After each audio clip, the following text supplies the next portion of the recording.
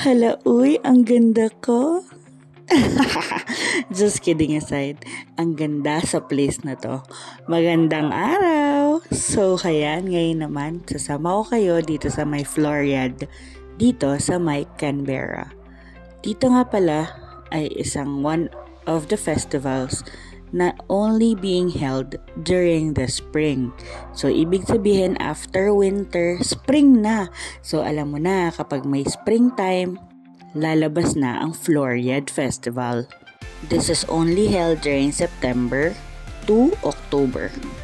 Always check their page so that you can see the exact dates kung kailan sila mag-open.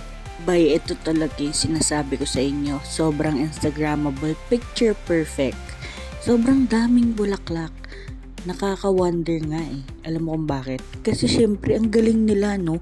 Tinanim nila yan, tapos sabay-sabay nag-bloom. Saan ka pa?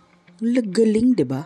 Marami ka din ditong mabibilan. Syempre, may mga food kiosk na sinet up sila para makakain kayo. And also, meron din parang perya. May mga rides na pwede kayong sakyan. So fun, diba? Ano pang iniintay nyo? Punta na kayo ng Floriad. Hanggang sa muli, maraming salamat sa pananood. Thank you. Mwah!